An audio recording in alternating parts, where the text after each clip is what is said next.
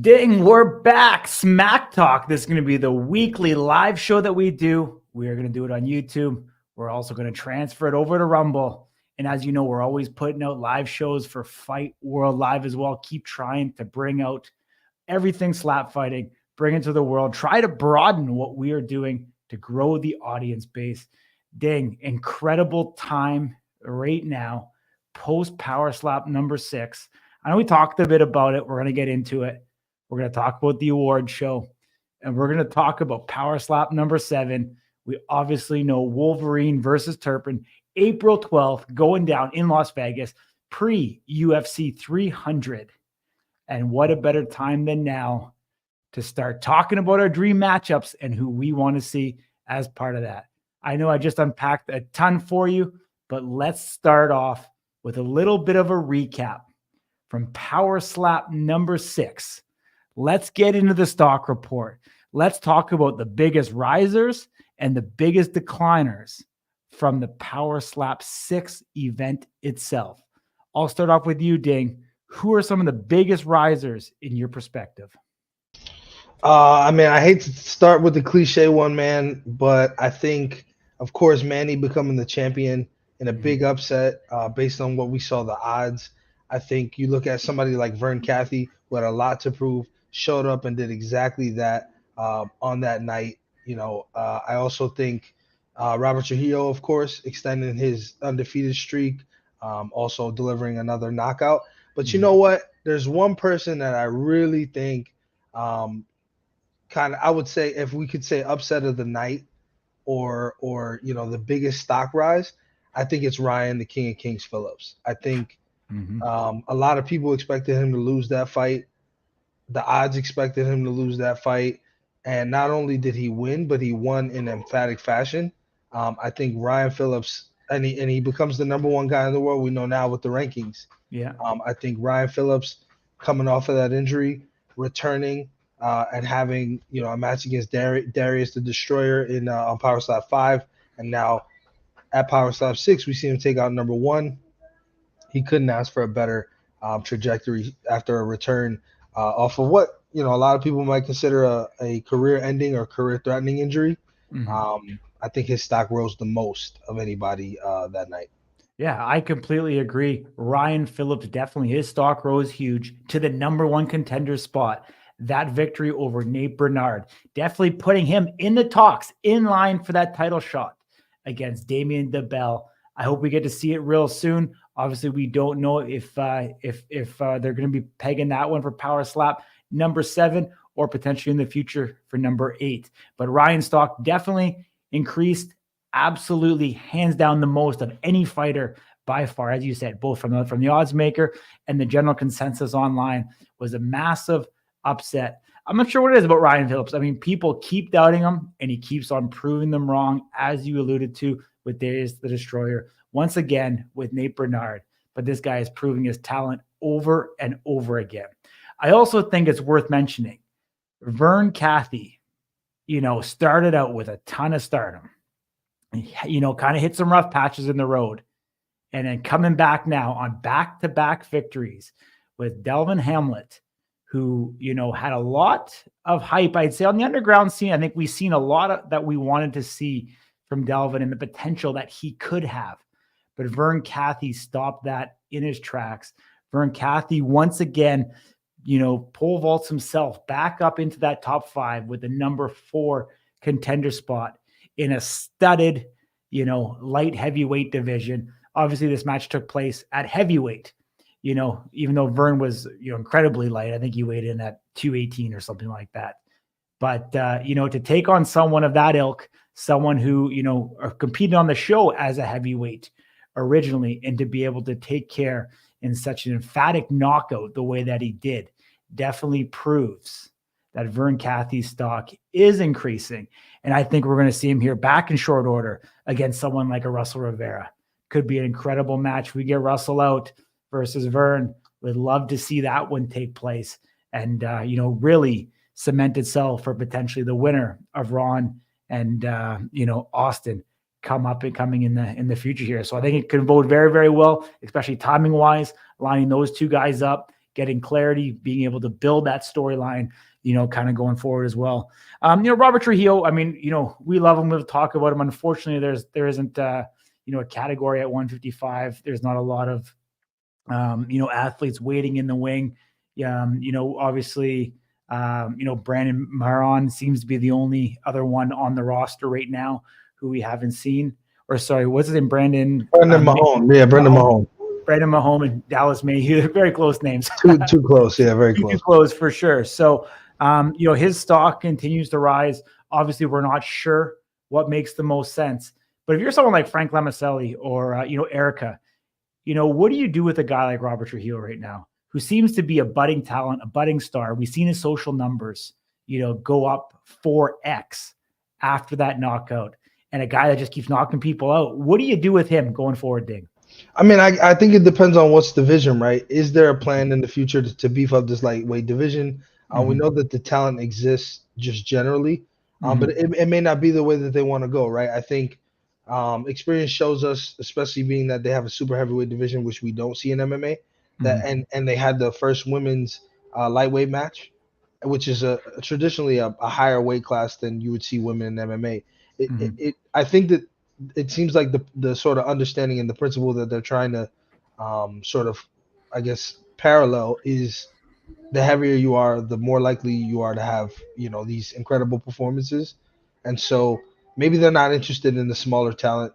In MMA, it's traditional. You kind of understand that when you have these smaller women or these smaller men who have that knockout power, it's something special. It's not as common. But everybody knows that when there's a heavyweight fight, everybody's always excited, expecting the moment where somebody's going to go down, because it's just the nature of the biology of the people. But I do think, and we Rob's talked about this, Manny's talked about this. I don't know that a move up to 170 hurts. Maybe there's some concern that he goes up there, ends up being too small, and then his stock drops as he's not able to hang with those guys.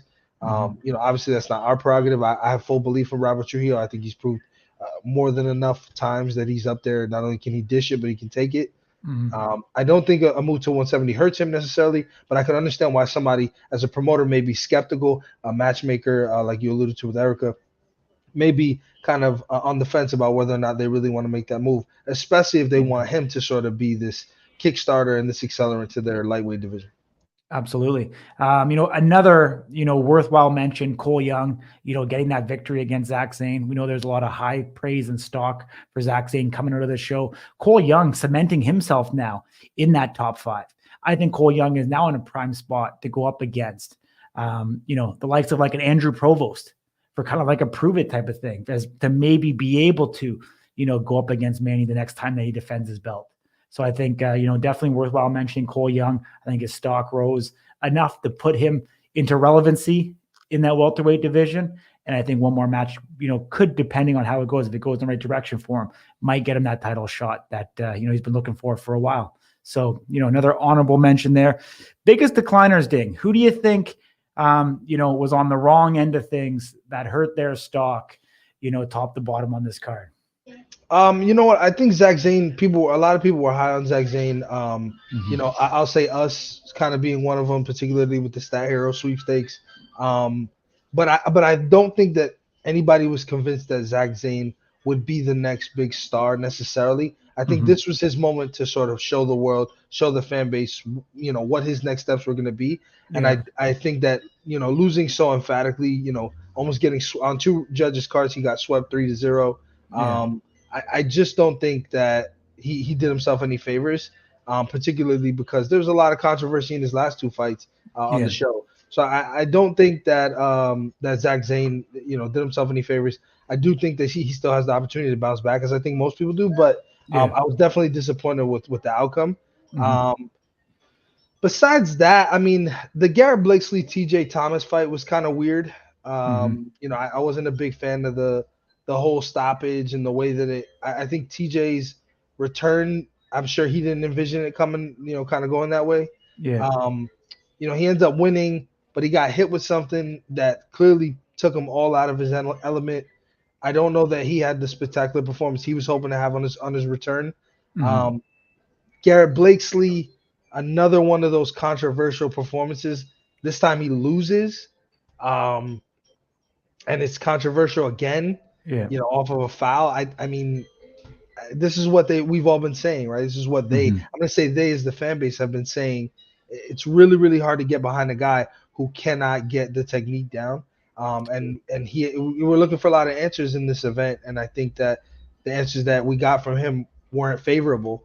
So Mhm. I think that that's something to look out for. I don't think McKinney or Danny really lost any stock. I just think that match was a lot more disappointing than we expected it to be. I don't think stock changed there though. I do still I think Danny's a hot prospect, and I think McKinney definitely has potential to move on and have a great yeah. opportunity here at the super heavyweight division.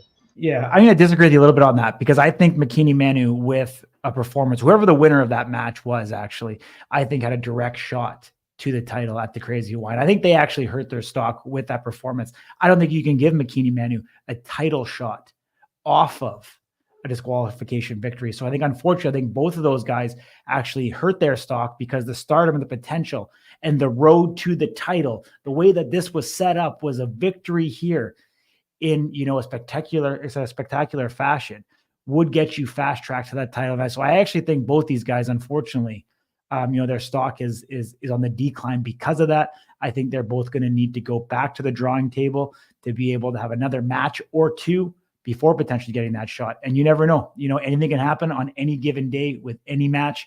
And so I think the road gets tougher for those guys also. I think someone else who I think stock has declined a little bit, but I do think he's a great prospect still, which is why he's holding his ranking down as the number 3 middleweight in the world. But that is Garrett Grimes. Garrett Grimes had a prime opportunity to be able, if he was able to take off, Wesley Drain, I think, for that title shot up against John Davis. But unfortunately, he wasn't able to seal the deal there. We know he walked through the show very easy. And, I think maybe we got ahead of ourselves in what Garrett Grimes could have potentially been.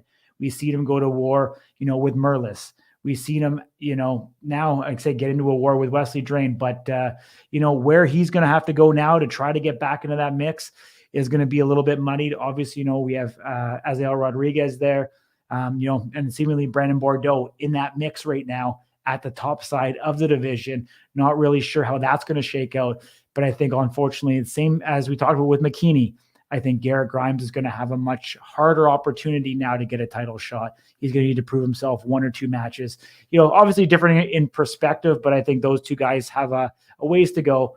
And, I think the majority draw even for, Brandon and Eddie, unfortunately. I'll call it a neutral move, but it's too bad we didn't get a closing chapter on that one with the, the second rendition of that matchup.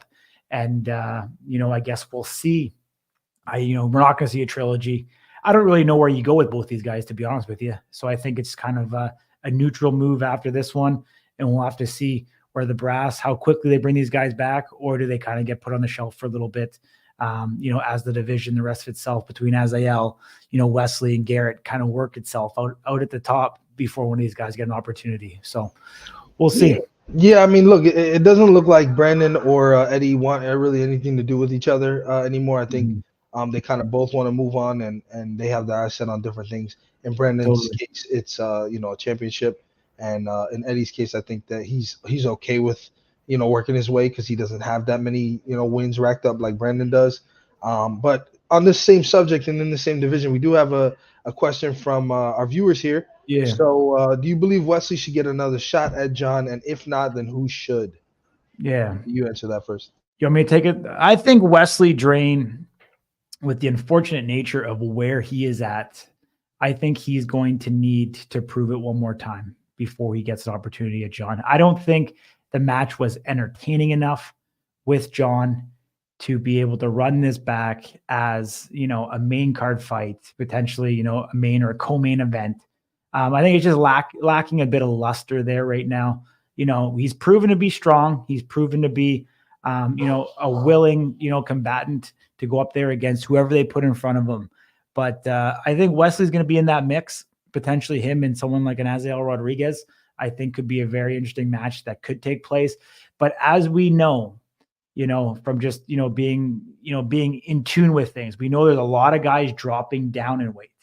And so we're going to have guys coming down from light heavy to middleweight. We've got guys that have expressed their desire to do so. And so, we may see somebody in that upper echelon of light heavy come down to middleweight. And I think someone like a Wesley Drain, if they can prove themselves against one of these top end guys that are looking to make that move down, could potentially then put himself in line for a title shot if he was victorious. But I don't think at this moment he gets a shot right now. What do you think, Ding? Well, so what's interesting about this division, and we talked about this after, or I think before Azael fought John for the second time, was if Azael doesn't get this done, where does he go?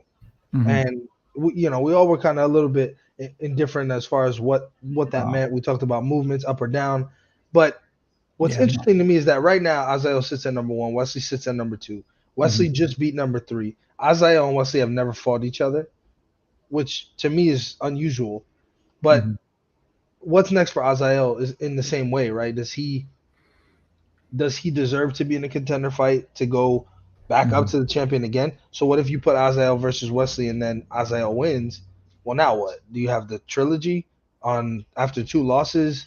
I don't know that makes a ton of sense. I don't know that there's a whole lot in that amount of time that we could kind of point to that says that there's that there's a good chance or any likelihood that something changes. It is a very unusual predicament to be in where Wesley's at.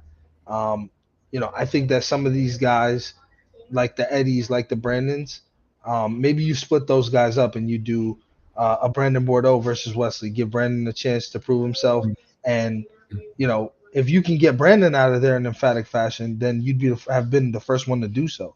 He's shown a chin. He's been tough, and maybe you let Eddie Brahimer fight a guy like a Garrett Grimes, right? These guys are both coming off of performances that aren't necessarily clear, where especially when you have this draw, but they're both talented. So I'd be very interested to see more or less kind of what the decision making looks like. And maybe you have some of these guys who are towards the bottom of the rankings. And when I say that, I mean, 7, 8, 9, 10 entering into this period and potentially, be part of that as well. Yeah, absolutely. I mean, we were talking about some of the guys, from the last show. There's obviously going to be an inflow of some of the guys on the previous roster coming up here. Power Slap number 7. We've seen from Power Slap 1 all the way to through 6, a ton of great memories, a ton of great moments. I don't know how much. I mean, I know we did one live. We talked about what we're trying to do, but let's talk about the evolution of the Power Awards, Ding, and what a night it's going to be on March 11th, the first anniversary of Power Slap number 1.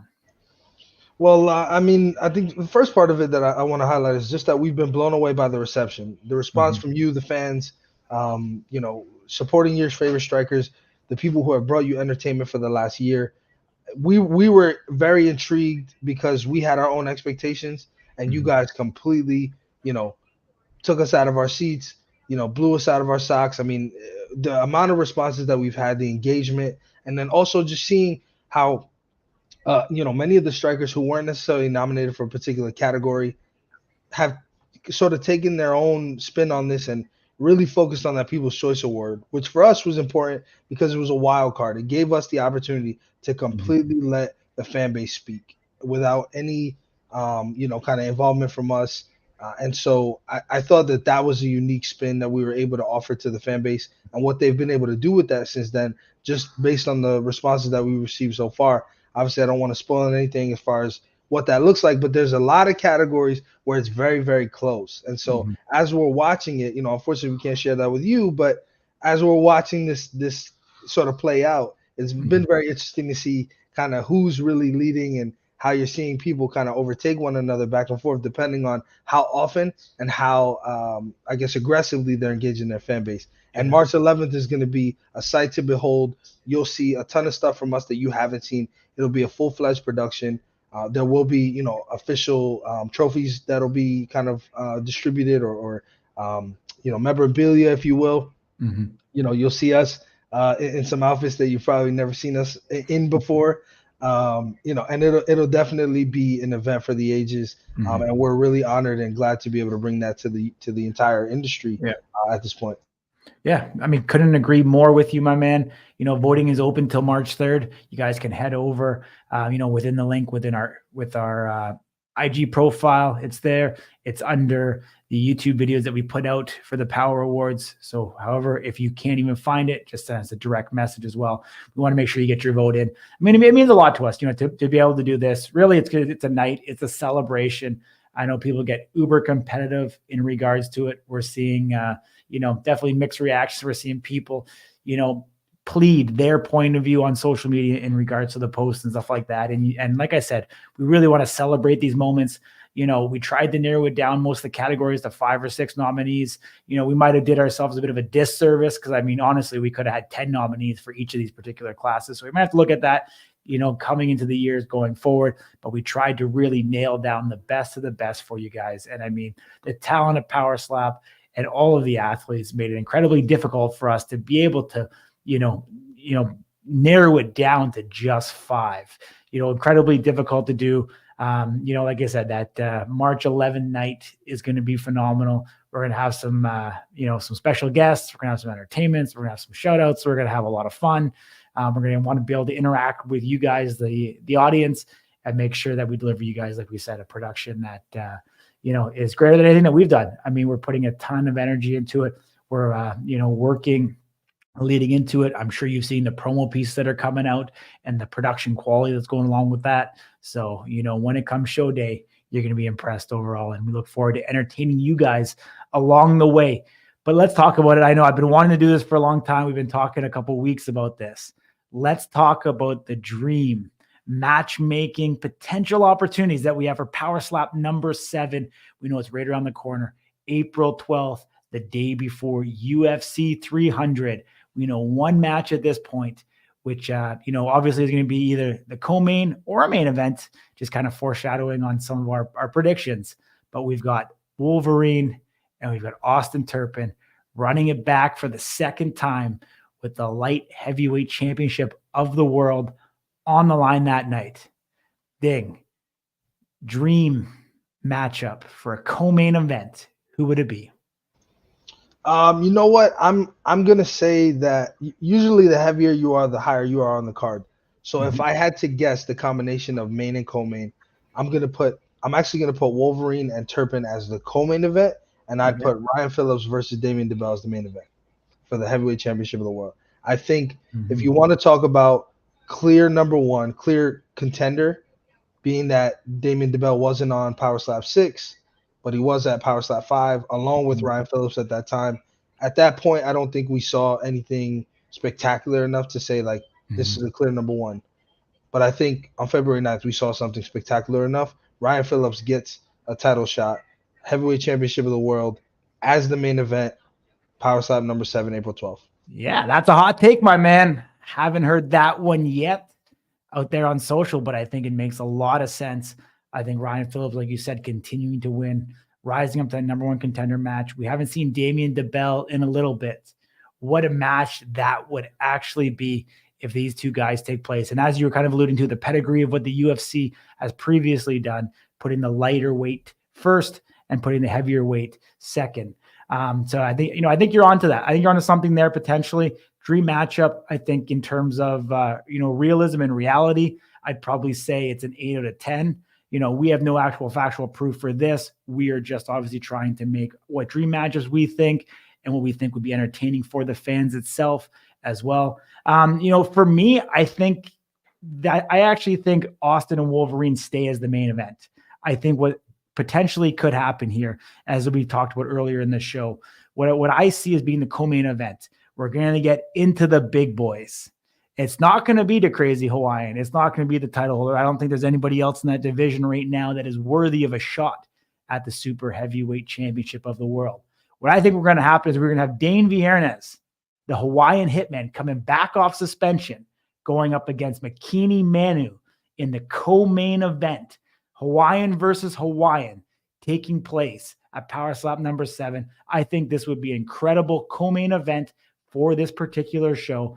Obviously, getting the fan base of Hawaii behind both of these guys, setting up a clear number 1 contender for a shot at that super heavyweight title down the road. I think the fan bases of both these athletes, the hype, the marketability of both these athletes will be front and center. And I think it's a matchup that I personally want to see, and I think has a high likelihood of being probable of happening on this particular event. Do you think, Ding, am I dreaming or am I onto something? No, you know what? I think you make a fantastic point. We haven't seen the Hawaiian Hitman since he had that highlight reel knockout over Slapper Cash. I think similar to kind of what we saw in the heavyweight and in some way in the middleweight division at Power Slap number 6, we saw numbers 1 through 6 go at it in the heavyweight division to figure out where everybody really ranked. So you had, Ryan fought Nate, you had Dwayne fight Logan, you had Brian fight Dorian. In middleweight, you had Bar Azael, but you had Wesley and Garrett, Brendan and Eddie. That was numbers 2 through 4. So now you're talking. I'm sorry, 2 through 5. Excuse me. Now you're talking. It didn't happen in super heavy. We actually really didn't have any movement in super heavy. So why not do like you're saying, and you're making the wheel spin here. Dane Viernes versus Makini. That's 1 versus 3, and then you bring Kalani back. Do Hawaii versus South Africa. Both of them coming off losses. You give Kalani an opportunity against the South African Danny Van Heerden. Yeah. Find your number 1 contender one way or the other. Do we get the brothers eventually, based on who wins that fight? Or even then, still another Polynesian? Yeah. Or do we move on and now it's a fight between Hawaii and South Africa to figure out for that first live event in Hawaii? I mean, I'm getting really crazy. But for that first live event in Hawaii, do we do Hawaiian versus South African, or do we do 2 Hawaiians or Polynesians again, with respect to the different cultures? Totally. And for those in the comments, Drew Bishop did want to let you know, Corey, that he agrees with you. He thinks Wolverine and Turp stay the main event because Wolverine's more marketable than the bell, and championship fight needs to be at the top of the card. So with that, he's agreeing that in the co-main event, if there's no other titles, then Wolverine and Turp stay at the top. Totally. Early on, Dana obviously talked about wanting to have every belt defended at every event. Quickly wasn't, the fight business wasn't able to happen. This almost seems like another event where we'll have 1 title match at the top, and it's going to set up for a mega card at Power Slap number 8, where we could potentially have 3 or more belts up for grabs that particular night. I think it's very safe to say that we need to see some of this stuff shake out. As you alluded to, I do believe the heavyweight belt between Ryan Phillips and the Bell is going to happen. Is going to happen at this event or a future event. Obviously, we're not sure at this particular moment, but if we can get some clarity at super heavy, we can have a second title there. And then John Davis has been sitting in the wing. We talked about the middleweight division not having a true clear contender at this particular moment to be able to go up against a John Davis. So this event could give some clarity there. And then even in the welterweight division, I think we need to see a little bit more clarity. I don't think someone like Jewel Scott, Andrew Provost quite ready for a title shot. So I think we'll see some, undercard matchups in some of these lighter divisions to give clarity so that we can come back and have 3 or potentially 4 title matchups for a Power Slap number 8. Let's look at some of those other ones. Or do you have something to add? Yeah. So I just wanted to ask you from your opinion. I know that this conversation is taking place over social media, but do you think KO Chris gets a rematch against Manny Muniz? Maybe not at Power Slap 7, but immediately. Absolutely not. No, that doesn't happen. There's no way. There was nothing there that would give you a reason to believe that he is deserving of a title shot right now. That's my personal opinion. I think he needs to go and prove himself against some of these other top contenders like a Jewel Scott and Andrew Provost. I think if he can take care of one of those athletes in definitive fashion, then maybe, but I think he needs to go back to the drawing board to be able to refocus himself. I came on this show and I actually thought that the only person that could beat KO Chris for his title was KO Chris himself. And, watching that fight back over and over again on Rumble, I still think Chris beat himself potentially before that match even started. He didn't look himself. He got out of his game. He got, Manny got to him with the trash talking. We've seen him yelling and shouting. The clubs that he was committing, even the slaps that he was giving, didn't have the same gusto on it that it did before. You can see some of the nerves. You can see some of the movement. I'm not 100% sure what happened, but it wasn't the classic KO Chris that we've seen before. did, the aura of where the sport has become with Super Bowl weekend, did it get too big for the stock that he had? Like, I don't know. There's a lot of questions there. And I feel like he needs to get back to his game. He needs to, prove not only to himself, but the brass of Power Slap that he's still that guy, that went 5-0. He's got, the sport has evolved. Has Chris evolved with it? And so I think he needs to get back, get a couple, 1-2 victories, depending who it is that they give against them. But I think Joel Scott or an Andrew Provost is a perfect prove me fight to see where he aligns before getting another shot at Manny. So what's interesting about that is that actually, in the comments, Drew is saying that welterweight they should have Joel versus Andrew to then figure out who fights either for the title or to fight Chris. Yeah. So you're talking about the same, group of people. And I think that, I agree with you. I don't think Chris showed us anything that says that this goes any different if we do it again, in short order. And so ultimately, I just think that we give the guy a break and let him, fight some of the other contenders in that division, figure out what's next. One that I think we often, even though it's really hard to forget about, we still forget about it because they're not officially ranked or anything. But Sheena and Jackie. I mean, what do you do with them after what happened, right? You have this crazy knockout, this highlight reel knockout by Jackie. Turns out to be a foul for clubbing. She goes on the record saying she doesn't think it was a club. She wouldn't disagree if it was a step. So either way, the conclusion is that, yep, there was a foul there. In her defense, she took the fight on 3 weeks' notice. The whole story, Sheena's upset because she was knocked out, but not fairly. There's a lot of, argument back and forth. It took place all over social media as far as who's the rightful winner. Should she have been disqualified? Should she not have? If she was disqualified, what for? I mean, either way, it was the biggest moment, so to speak, of that night. I think by the numbers, by far.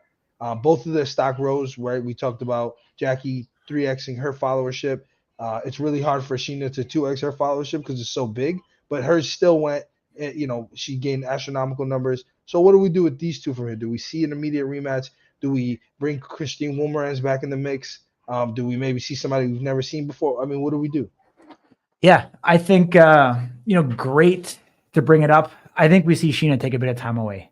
To be honest with you, we haven't seen a fight, that didn't involve Sheena up to this point in the women's category.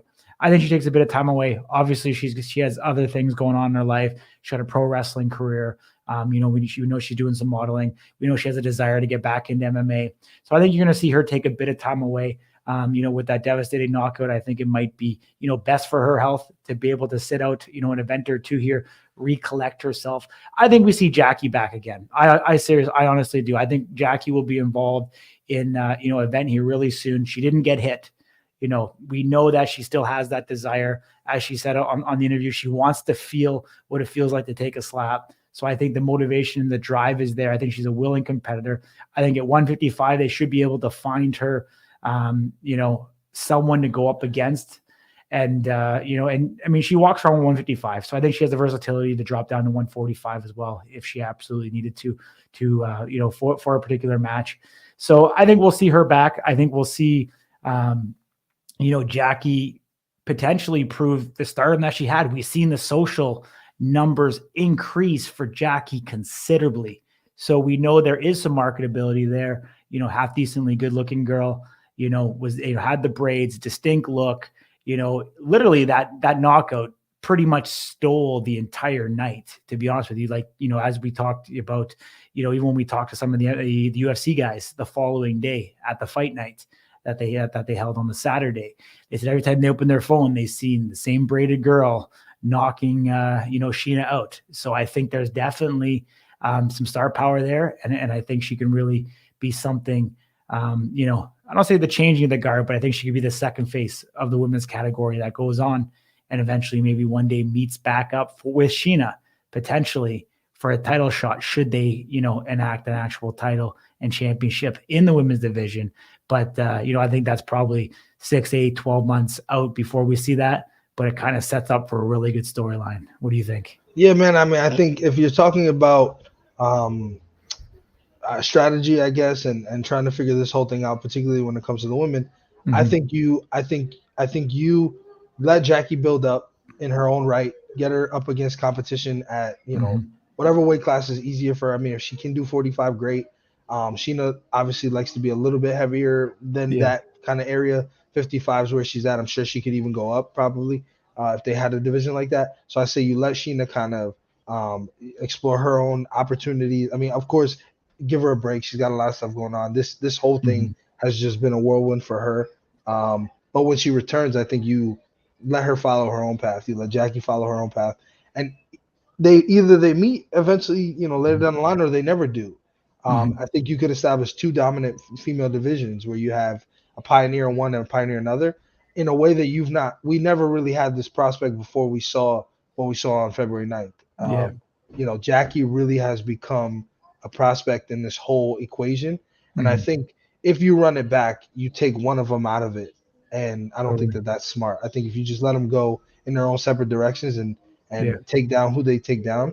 And Yeah. if they meet back up later, great. Maybe it's a couple years from now when they're both champions of their respectives and somebody's trying to get a second Mhm. belt.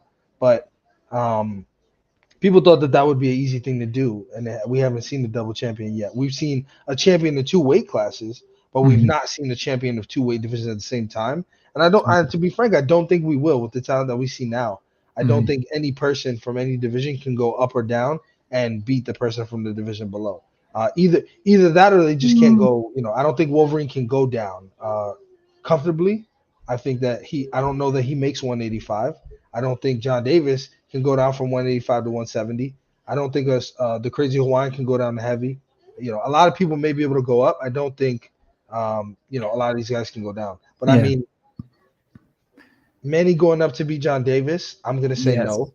You But think so? why? Yeah. Why not? I don't think so. I don't think Why he not? wins. I don't think he beats John Davis. You don't think so? Not right now. No, I don't think he's No. big enough. No, I don't think he's big enough. I don't think Manny beats John Davis. I don't think John Davis beats Wolverine. I don't think Wolverine beats Mm. the. Well, I know the Wolverine doesn't beat the Bell, and I don't think the Bell beats the Crazy Hawaiian. I just Mm. um, That would be an interesting match, actually. The Bell versus the Crazy Hawaiian. that power. I mean, if Hawaiian Mm. was actually hurt from what Micah did, that Yeah. one I think it was the second strike. Yeah. Yeah. If that was real, Mhm. I'm a little concerned because of the power. At the same time, though, I don't know how the power transcends the weight. You know what I mean? I don't really Yeah. know. Yeah. Yeah. Yeah. Drew thinks Damian beats the Crazy Hawaiian. Yeah. I think I'm with Drew on that one. I think I'm Okay. with Drew on that one, to be honest with you, because I don't think anybody's hit the Crazy Hawaiian as hard as the Bell can hit him. I think that's where the athleticism comes into it, and we know that David DeBell comes in at the top of that weight class. Well, So no, somebody did. Somebody did hit him as hard as as as hard as he's ever been hit. He's just not a power slap fighter. okay, okay. Zales. So A guy named Zales. yeah, so Um, I don't know. I think the Bell. I think the Bell so you as think if you were in the grand scheme of double yeah, champ potential, you think Damian DeBell has the highest likelihood to absolutely. go up and get it, I even with think I think to go up 100 and and win something it, pounds yes. deficit. Yeah, I think the likelihood to go up and win it. Do I think it's going to happen? No. Do I think the most realistic would be a Manny John Davis, especially if Manny can get a couple wins here, clean out the division potentially. I think I could see that rematch. I think realistically that could be the one where you see a double belt on the line per se. Or sorry, I guess it wouldn't be a double belt if you're going up, but I think you could see him hold the belt in two categories. So yeah, I don't know. I was quite impressed, honestly, with the growth of Manny. I think the development from where he was before, getting in and coaching, the experience that he's been able to accumulate, and the confidence that he had, to me, suggested that he could potentially go up. And I don't see why they wouldn't give him that opportunity to go back at John Davis. So we'll see. Yeah, I mean, listen, for those of you tuning in, thank you guys so much for your engagement, for your questions, for your Yeah. comments. We couldn't do this without you guys. This here, for those of you who are joining a little late, is Smack Talk. This is going to be our weekly episodic show. Not tied to anything in particular. We're going to Mhm. talk about the happenings, what we're seeing going on with social media, stuff that we see with the particular strikers going on in their personal lives. When we see a new hair color, if we see, somebody stops a robbery at a gas station, whatever crazy stuff goes on in the life of a power slap striker. Any new information that we get, news that's going on in power slap. If you haven't seen, we did a show yesterday. It feels like. Sports Business Journal came out with a big story about Dana White, the Fertitas, their business ventures. Power Slap was a big part of that. They talk about some of the other ventures that they have going on. It's a great read, but if you don't like to read like myself, or you can't read like myself, you can go ahead and click on our channel. It's probably the second most recent video that we did, if not the most recent video. Hard to remember because we do so much content, but click on that and we give you a synopsis about it, talk about what we think, some of the revelations that we heard in there, all related to Power Slap. And always feel free, drop comments, DM us, let us know what you guys are thinking. We always appreciate you tuning in, and you guys can expect us to be here every week. Presumably, we hope to bring it to you on Tuesdays, but things happen. Somebody slips on a banana peel, we'll push it to later in the week. But we'll keep you guys updated on what those days are going to be, so you can tune in live. Absolutely. One last one. Drew is asking where Jeeves is at. Jeeves is on a boat. He's coming over here. We are going to actually start some of the pre-filming for the award show to get some more teasers and clips out there. So Jeeves is going to be here in studio with me tomorrow. We're going to keep working that promo stuff. Appreciate you all. If you're not doing so already, hit that like button, hit the subscribe button. The comments always appreciated. Like you said, we're going to keep on rolling. You'll be looking for this every single Tuesday. Appreciate my man Ding. Until next time.